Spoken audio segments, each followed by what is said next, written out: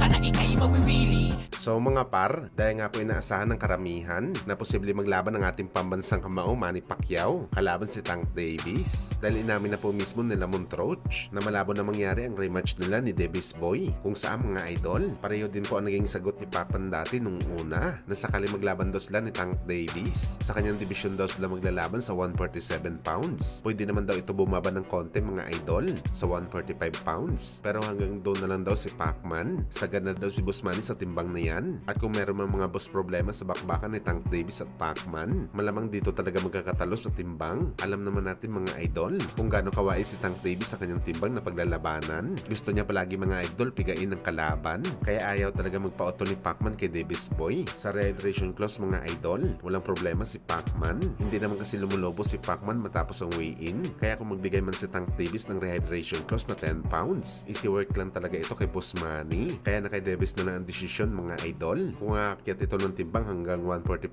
pounds. Dahil para sa atin mga idol, magandang offer na to ni Pacman para kay Tank Davis na lalaban sa 145 pounds. Pero ang kapalit naman ito mga idol, isang big money fight. Umaasa tayo mga idol na posibleng kikita dito si Tank Davis ng more or less 30 million US dollars kapag nilabanan nito si Boss Manny na isang pay-per-view king din.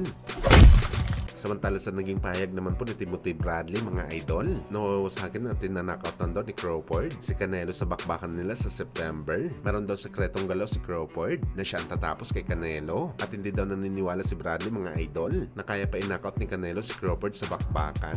Hindi nga daw na knockout ni Canelo ang 154 fighter na si Charlo. So ano daw ang dahilan mga idol para i-knockout nito si Crawford? Bagamat pinagtawanan naman ng mga fans mga idol itong si Bradley dahil nga sinabi nito na hindi daw kaya ni Canelo napatulogin itong si Charlo si Crawford pa kaya. Pero hindi daw inisip ni Bradley mga idol ang bagay para sa part ni Crawford na paano din ito mananakot ang Meksikano sa bakbakan na sa huling laban nito kalaban si Madrimov hindi niya rin nanakot ang maliit na fighter at dalawang dibisyon ang pagitan kay Canelo at sa halip na bugbog pa siya nito mga idol. So ano ang dahilan daw mga boss na kaya i-knockout ni Crawford si Canelo? Literal na binalik at pinakain ng mga fans ang mga banat ni Bradley sa kanya.